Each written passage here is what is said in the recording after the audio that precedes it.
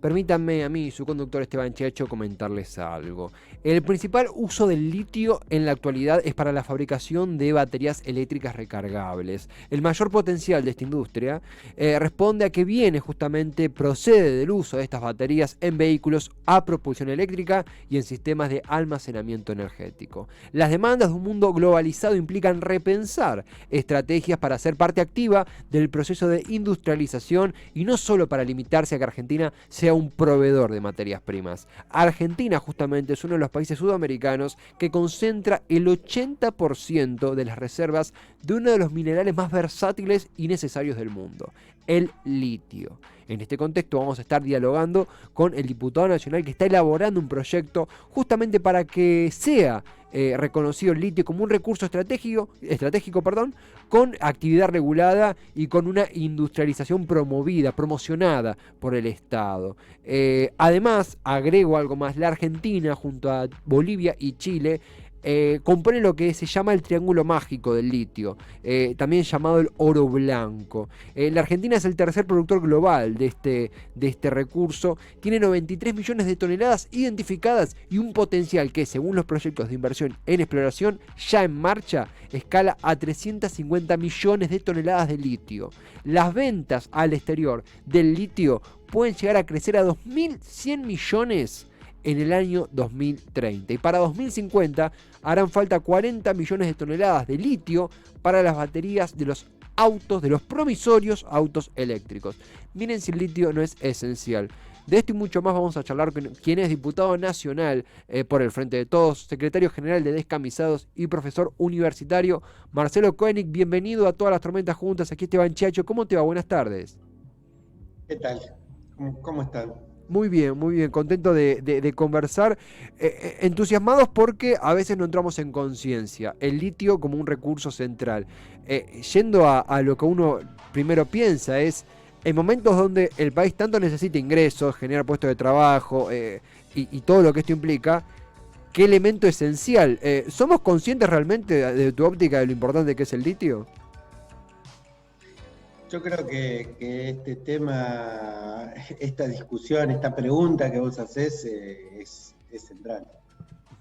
Si nosotros nos atenemos a las circunstancias actuales, a cómo se aborda actualmente el litio, te tendría que decir un contundente no. Pero me parece que esa conciencia también se adquiere en el debate, en plantear proyectos, en plantear cuestiones para que realmente aprovechemos una bendición que es que la Argentina junto con Bolivia y con Chile tenga la mayor reserva de litio del mundo, ¿no? Digamos, pero esas bendiciones, el otro día conversaba, hay que aprovecharlas, digo, el otro día conversaba en un conversatorio el tema del litio y alguien lo comparaba con el Cerro Rico de Potosí, ¿no? Del cual se sacó, el lugar de donde sacó más plata de toda América. Y sin embargo, toda esa región de Potosí no es hoy una de las regiones más ricas, sino todo lo contrario. Así que poder tener una riqueza natural no significa que eso va a enriquecer a los pueblos que las tienen. Vos sabés que escucho esto e identifico, Marcelo, una concientización política y también social del tema recursos, porque si bien son temas que merecen ser tocados por separado y no es por mezclar, me quiero centrar en el litio, pero en simultáneo a esto está el debate, por ejemplo, por hidrovía, por el canal Magdalena. Quiero decir, hay una concientización de que podemos tener los recursos, podemos tener lo físico próximo a nuestro país, en el corazón de nuestro país. Pero si no hay una autoridad estatal, si no hay una regularización, se lo llevan todo para afuera y no nos queda un peso. Es así de trágico, quiero decir. No sé vos cómo lo lees. Mirá, yo lo comparto absolutamente. Creo que los debates centrales de la Argentina de hoy son los debates por la soberanía, en el cual podemos ganar el debate sobre el control de nuestro río Paraná, el debate sobre el litio, y el debate sobre la soberanía alimentaria y tantos otros, ¿no? Yo le agregaría que no solamente tiene que ser controlado por el Estado, sino que además de ser controlado por el Estado, tiene que ser controlado de modo tal que exista o enriquezca a los sectores populares, ¿no? Claro. Vuelvo a la imagen del litio, ¿no? Digamos, en las provincias que hay litio, Catamarca, Jujuy, Salta, son algunas de las provincias más pobres, en donde hay changuitos que están caminando descalzos sobre una tierra inmensamente rica. Bueno, lo que tenemos que hacer es controlar ese litio para que no sea solamente ganancias para las empresas transnacionales y que queden apenas unos vueltos en los gobiernos provinciales, para que no sea una cuestión que solamente enriquezca a un sector de la población, a un pequeño sector de la población, sino que alcance a todos y que alcance también a todos esos hombres y mujeres. Por eso nosotros decimos extracción del litio, sí, extracción del litio. ¿Cómo? Y tiene que ser con respeto al medio ambiente y con respecto a las comunidades que viven en las proximidades de esa extracción. Pero además de eso, tiene que ser con industrialización en origen. No se trata solamente de aprovechar que tenemos litio, sino aprovechar la capacidad científico-técnica que tiene la Argentina para hacer baterías, para industrializar en origen, aprovechar la capacidad y la experiencia que tiene Argentina en la construcción de automotores, la fabricación de automotores, y hacer esa electromovilidad en la Argentina. No sea cosa que terminemos comprando vehículos eléctricos fabricados con el litio argentino, importándolos, pagando montones de dólares, cuando se llevan ese litio de acá por apenas un puñado. Hay una imagen de Evo Morales, no recuerdo ahora, no te quiero mentir, el título del proyecto del automóvil. Tengo entendido que era un automóvil a base de litio, a base de los llamados ecológicos, los automóviles ecológicos, los automóviles verdes, fabricado en Bolivia. Después voy a averiguar bien porque no recuerdo el título del proyecto, pero puntualmente esto lo ato con una denuncia pública que hizo varias veces Evo Morales en torno al interés político, geopolítico, incluso hasta militar, hasta coercitivo, sobre el litio. Incluso hasta Elon Musk, el millonario, bromeó, en mi opinión, nada de broma tiene hablar de un golpe de Estado, nada. Bromeó en Twitter sobre, bueno, que si necesitamos el litio haremos un golpe de Estado en donde sea necesario. Si bien lo dijo en un contexto jocoso, que de nuevo no tiene nada de jocoso, el expresidente boliviano Evo Morales denunció intromisiones internacionales y alientos a desestabilizaciones políticas en Bolivia para extraer el litio que su gobierno y el actual gobierno también defienden. En ese punto, ¿crees que pueden llegar a esos extremos? ¿Y qué lectura haces de esta denuncia durísima que hizo Evo Morales sobre el tema? Mira, yo tengo entendido, no lo vi personalmente, pero tengo entendido que el tuit del dueño de Tesla fue, ahora sí, cuando vino el golpe, ahora sí que tendremos el litio a nuestra disposición. Si en el siglo XX los golpes tenían olor a petróleo, como se decía muchas veces, seguramente este nuevo golpe del siglo XXI en Bolivia, que fue un golpe clásico, ¿no? Un golpe en donde las Fuerzas Armadas hicieron dimitir al presidente y pusieron una presidenta interina, a la cual le tomaron juramento.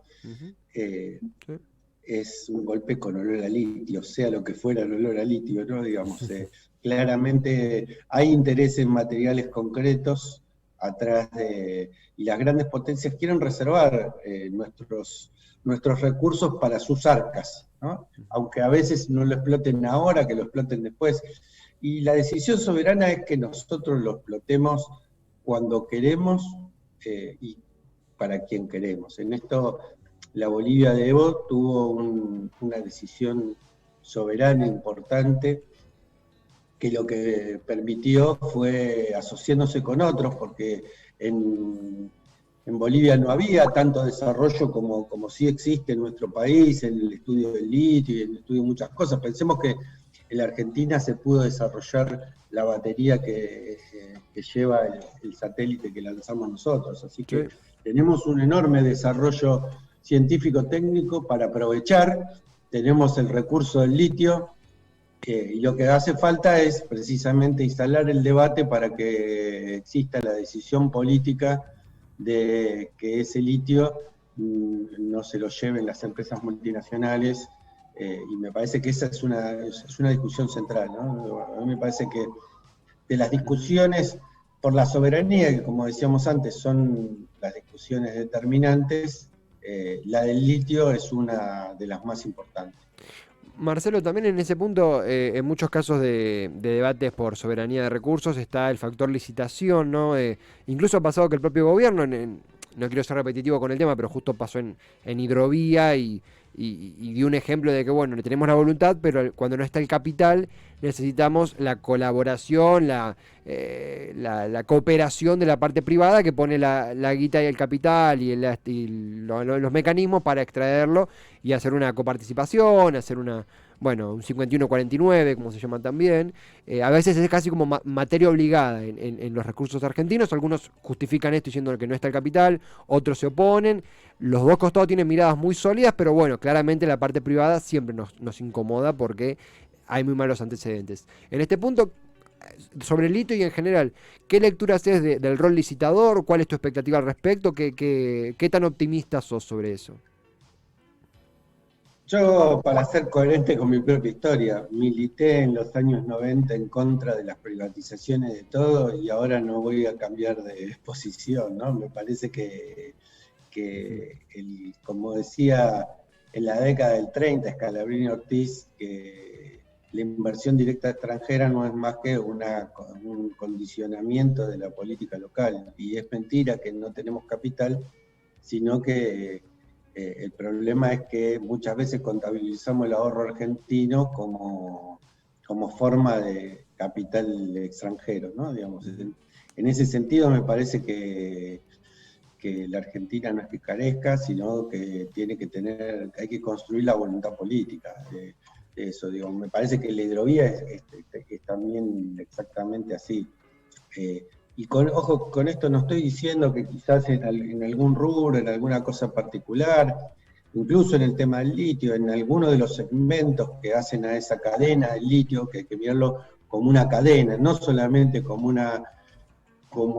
una posibilidad extractivista, sino que hay que mirarlo como una cadena que empieza en la extracción del litio, pero que termina en la industrialización de las baterías de nuestros celulares, claro. Porque el litio no es una promesa de futuro, lo estamos usando todo el tiempo, hasta los autos, camiones, colectivos, que incluso podrían ser una enorme entrada de divisa para Argentina, porque nosotros perfectamente podríamos proveer de autos eléctricos a toda Latinoamérica o a una gran parte de Latinoamérica. Por lo cual a mí me parece que esta idea es una idea falsa, ¿no? Es la idea de las empresas transnacionales saben cómo, tienen la plata, y al final cuando vos raspás un poquito la inversión de esas empresas siempre es mínima, siempre tiene más que ver con un know-how que con plata concreta que ponen, y la que ponen se la llevan a largo plazo, porque ninguna empresa hace filantropía. Entonces yo digo, si tenemos que asociarnos por lo que fuere con las empresas, que lo hagamos de modo tal que haya transferencia de conocimientos, que esté el Estado, que esa transferencia de conocimiento sea para nosotros y que mañana la podamos utilizar, y no que 25 años después, como es el caso de la hidrovía, como es el caso de hidrovía, por llamarlo como se llama la concesionaria, sí. Como es el caso del dragado y balizamiento del Paraná, dentro de 25 años, otra vez vamos a estar discutiendo la necesidad de las privadas, otra vez vamos a estar discutiendo la necesidad que vengan a hacer otros una cosa que podemos hacer nosotros y que se lleven una parte de nuestros dólares, ¿no? De nuestras divisas, porque sí. El pagaje de $3 por tonelada que cobra la hidrovía se cobra en dólares y se llevan en dólares en este caso para Bélgica, que es el dueño de la empresa Chantenul, ¿no? Entonces, claramente, y si uno hace las cuentas, esa idea de la enorme inversión también se desvanecen, ¿no? Porque vos decís, ¿para cuánto salen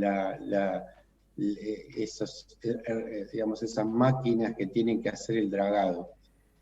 ¿Con cuántos meses de concesión se pagan? ¿No? Entonces, también es cuestión de hacer las cuentas, porque si planteado así, pareciera como que el dragado y balizamiento fuera una cuestión tecnológicamente superior, que parece que solamente los europeos o los norteamericanos pueden hacer, o los chinos. Y yo no creo que sea así. Yo creo que si uno se pone realmente, de hecho, en la Argentina se hacía antes de la privatización, lo hacía el propio Estado. Así que, en todo caso, será ver cómo renovamos las máquinas y cobramos nosotros ese peaje y hacemos que ese peaje termine siendo parte del ejercicio de la soberanía y controlamos, entre otras cosas colaterales que tiene ese ejercicio de la soberanía, que por ahí no nos desangremos.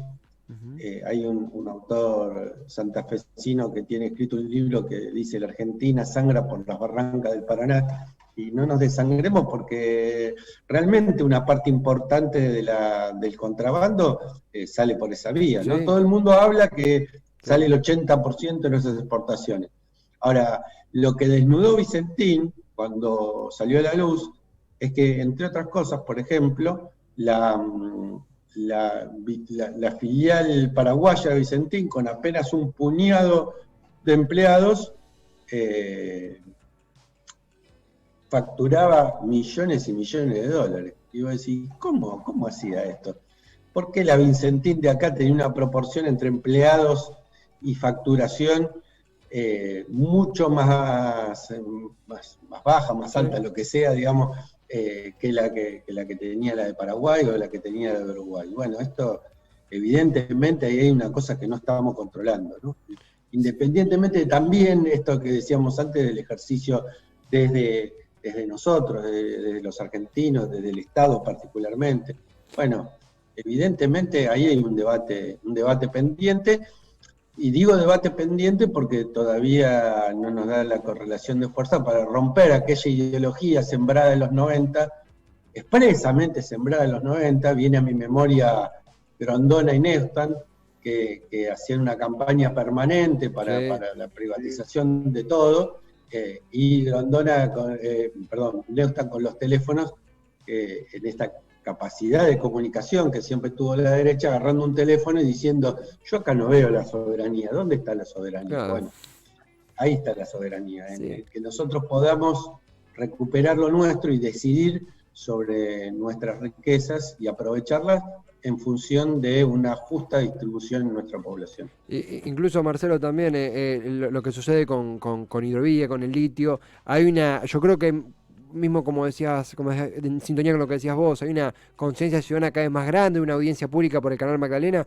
y hubo casi más de 100 oradores, hay un periodismo alternativo que se preocupa, que le hace marca personal al tópico, hay una pequeña revolución que responde también a lo fáctico. Las veces que el Estado pactó, sobre todo en los 90, hacer una suerte de monitoreador, hacer un monitoreo de la actividad privada, no la cumplió, porque los contratos los dejaban básicamente con nada, y no solamente tenemos pérdidas de ganancias y falta de control de los recursos, tenemos contrabando en nuestro propio territorio, tenemos delitos ilícitos de todo tipo cubiertos por las privadas que cubren que participan de estas privatizaciones.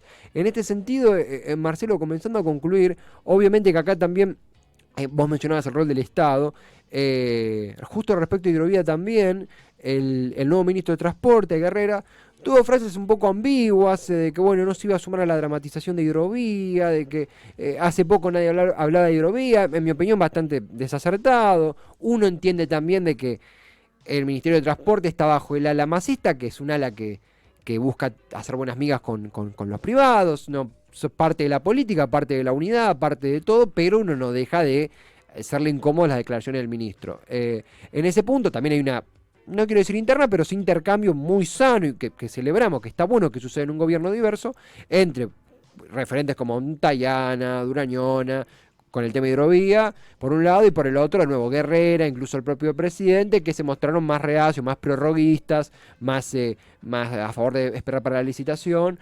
Eso genera un fuerte debate. En este punto, ¿vos qué lectura haces desde adentro de este encuentro de posiciones, del rol del gobierno, de los ministerios? ¿Qué te deja estos intercambios tan interesantes que están habiendo en el Frente de Todos? Mira, como vos bien decís, el Frente de Todos es una coalición, es un frente en términos políticos, en donde hay distintas miradas de cómo se resuelven los problemas de los argentinos.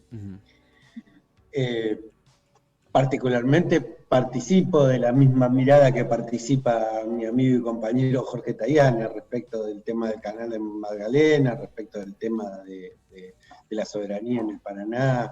Digo, me parece que esto es parte del debate y está bueno que ese debate existe. Y por eso digo, para mí el vencimiento de la concesión y la prórroga que se hizo ahora por 3 meses es una instancia interesante para poner sobre la mesa ese debate. Yo particularmente no coincido con las apreciaciones que hizo el nuevo ministro, pero me parece que es parte de la discusión. Yo quiero dar esa discusión no de cara a la interna del Frente de Todos, sino de cara a la sociedad, ¿no? Digo, me parece que ahí es donde está el debate principal, porque todavía no está asentado en la sociedad o recuperado en la sociedad, porque alguna vez sí estuvo claro que el Estado tiene que jugar un rol económico controlando los recursos estratégicos, ¿no? Como decía la Constitución de 1949 en su artículo 40.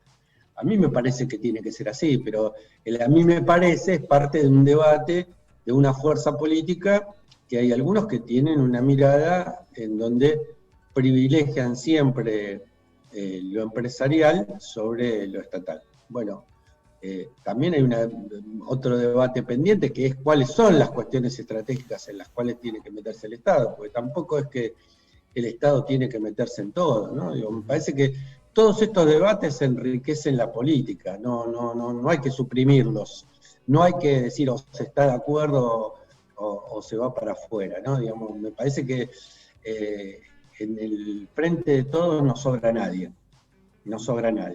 ¿no? Y en esto no hay que plantearlo en términos maniqueos, sino hay que plantearlo en términos del enriquecimiento a partir de la diversidad. Y ojalá que este debate haga que nuestro gobierno sea un poquito más soberano en sus decisiones, ¿no?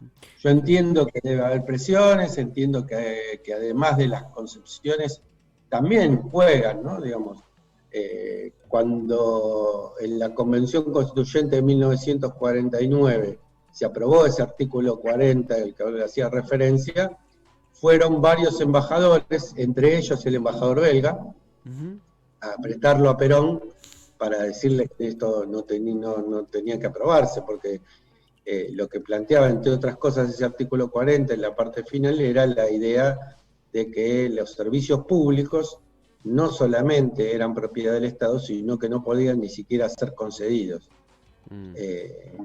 concesionados. Y entonces lo que vinieron y establecía un criterio de cómo debía recuperarse lo que todavía estaba en manos privadas o que en aquel tiempo era sinónimo de extranjera, igual que ahora. Claro.